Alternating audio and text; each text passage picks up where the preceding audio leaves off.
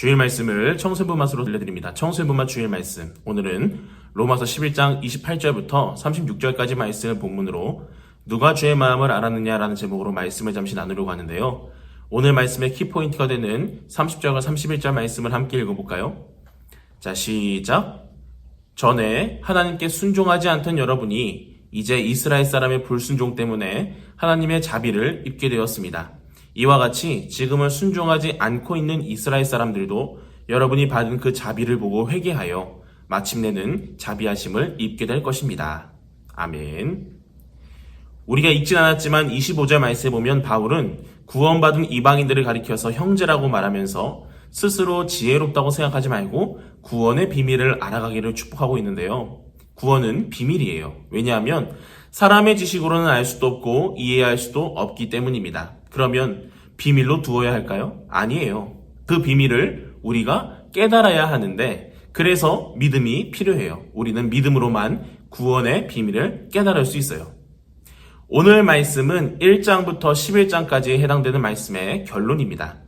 1장부터 11장까지 말씀에서 나는 왜 의인이 되었는가를 살펴보았다면 이제 12장부터 16장까지는 의인인 내가 어떻게 믿음으로 살아갈 수 있는지를 배우게 될 텐데요.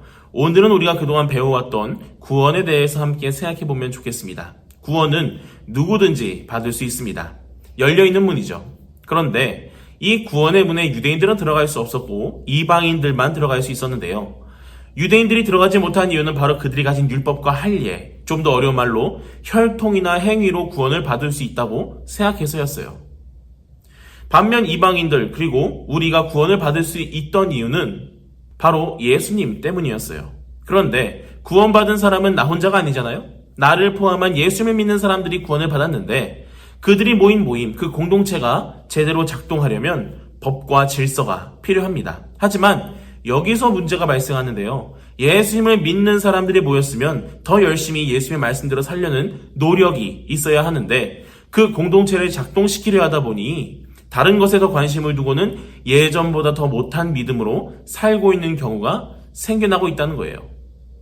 이스라엘 백성들이 바로 이런 경우에 해당됩니다. 광야를 헤매다가 하나님의 은혜로 가나안 땅에 본격적으로 살게 되었는데 이제는 이스라엘이라는 공동체까지 주셨는데도 그들은 이스라엘이라는 공동체를 작동시키기에만 바빴어요. 그들은 하나님이 주신 말씀에 자신들이 지켜야 하는 규정을 덧붙여서 사람의 규정을 만들어 놓고는 하나님과 이웃을 사랑하는 하나님의 말씀은 무시했고 자신들의 규칙과 조상들의 전통을 하나님의 말씀보다 더 중요하게 생각하면서 살아왔어요. 결국 이것은 자신들의 의를 세우는 결과로 나타났고 하나님의 말씀을 따라 살아야 되는 백성들이 다른 것에 열심을 내는 결과를 낳게 되었던 거예요.